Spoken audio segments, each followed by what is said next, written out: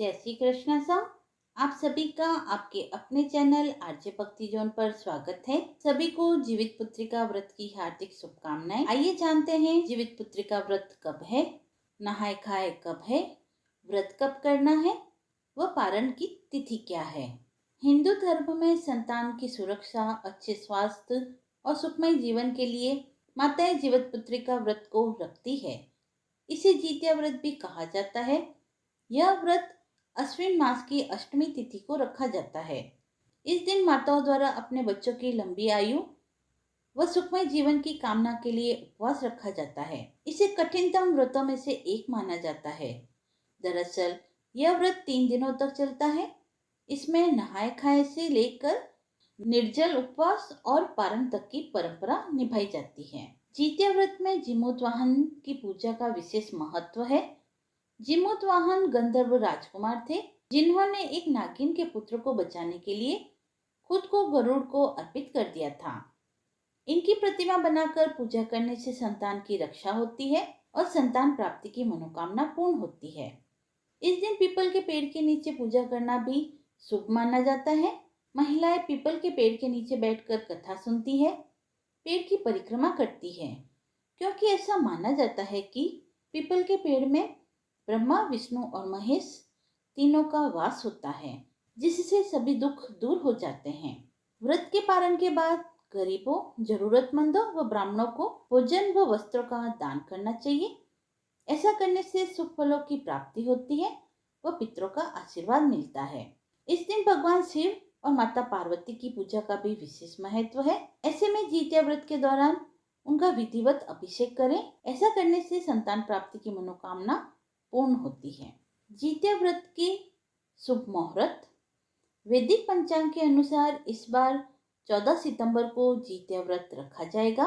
अश्विन माह के कृष्ण पक्ष की अष्टमी तिथि की शुरुआत 14 सितंबर को सुबह 5:04 पर होगी व इसका समापन 15 सितंबर को देर रात 3:06 पर होगा।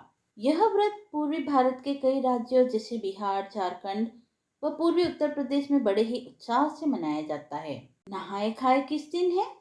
तो जीतिया व्रत का नहाए खाए अश्विन माह के कृष्ण पक्ष की सप्तमी तिथि को है, जो कि 13 सितंबर को है। इस दिन महिलाओं द्वारा नदी व तालाब में स्नान करने के बाद सरसों के तेल की खल जिमनी के पत्तों पर रखकर भगवान जीमूतवाहन की पूजा करने का विधान बताया गया है।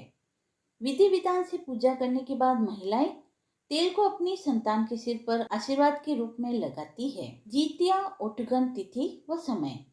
14 सितंबर रविवार के दिन सूर्योदय से पहले ब्रह्म मुहूर्त में जीतिया उठगन रहेगा।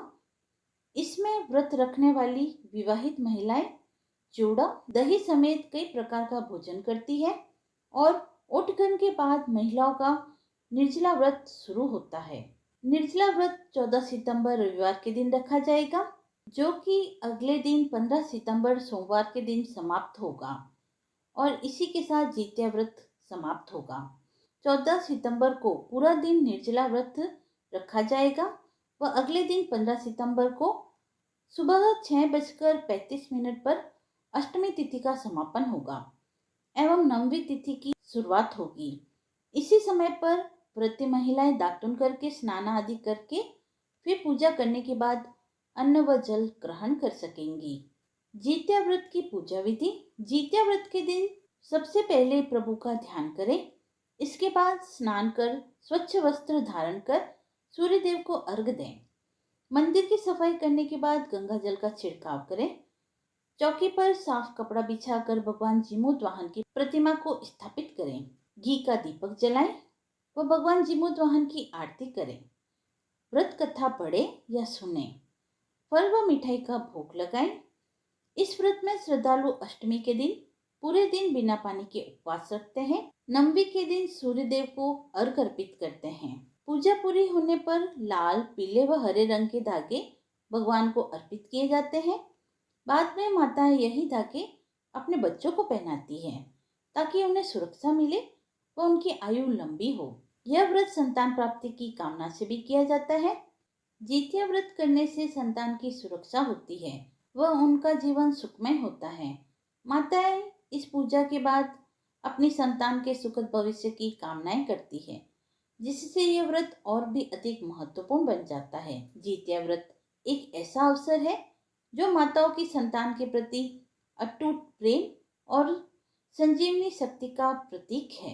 यदि आपको यह जानकारी पसंद आई हो तो आप वीडियो को लाइक करें, चैनल को सब्सक्राइब करें और ऐसे ही धार्मिक कथाओं व व्रत महात्म्य को सुनने के लिए जुड़े रहें आरजे भक्ति जोन के साथ।